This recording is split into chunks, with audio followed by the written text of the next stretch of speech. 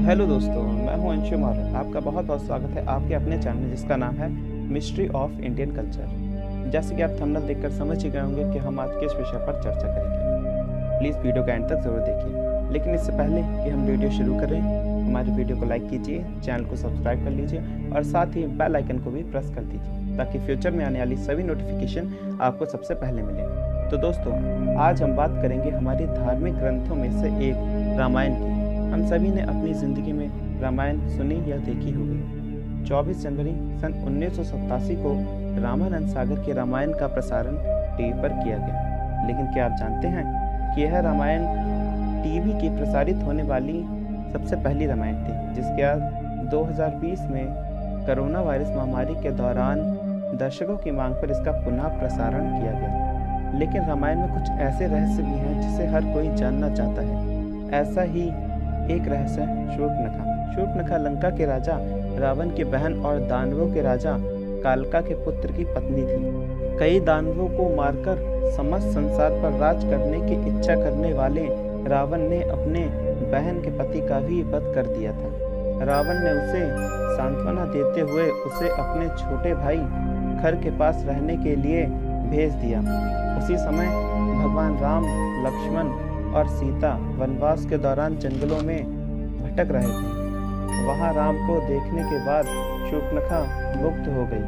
वह एक सुंदर राजकुमारी का भेष बनाकर राम के पास जाती है और अपना परिचय देते हुए उनके सामने विवाह का प्रस्ताव रखती है। तब भगवान राम कहते हैं कि वह विवाहित है तथा जीवन भर दूसरा विवाह न करने का वचन वह अपनी पत्नी सीता को दे चुके हैं। लेकिन आप चाहें तो मेरे अनुज लक्ष्मण के सामने यह प्रस्ताव रख सकती हैं। लक्ष्मण के पास जाकर भी शूर्पणखा ने अपना प्रस्ताव रखा, किंतु उन्होंने भी उसे मना कर दिया और राम के पास वापस जाने को कहा।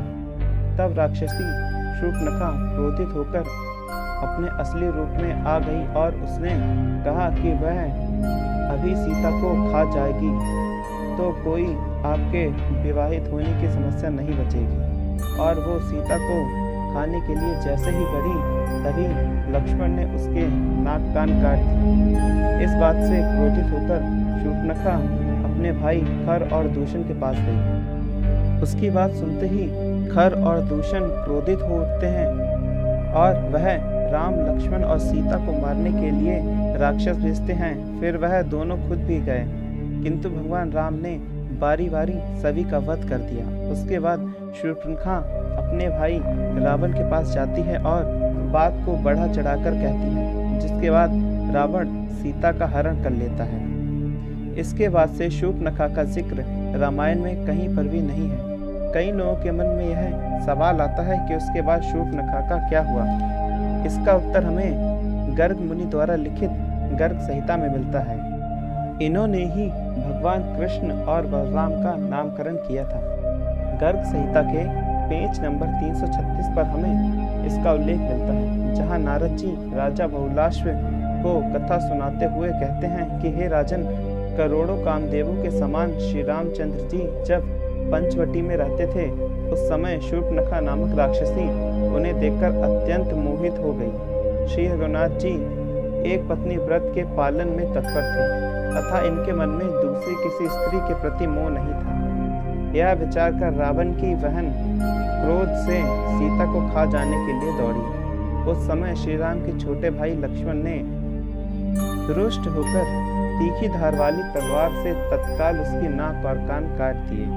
नाक कान कट जाने पर उसने लंका में जाकर रावण को यह सब समाचार बता दिया और स्वयं अत्यंत खिन्न चित्त होकर वह पुष्कर तीर्थ में चली गई। वहां जल में खड़ी होकर भगवान शंकर का ध्यान तथा श्री राम को पति रूप में पाने की कामना करती हुई शूर्पणखा ने 10,000 वर्षों तक तपस्या की। इससे प्रसन्न होकर भगवान उमापति पुष्कर तीर्थ में आकर बोले, तुम वर मांगो।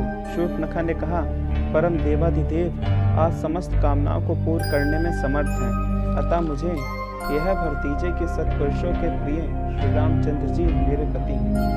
शिव जी ने कहा, राक्षसी सुनो, यह वर तुम्हारे लिए अभी सफल नहीं होगा।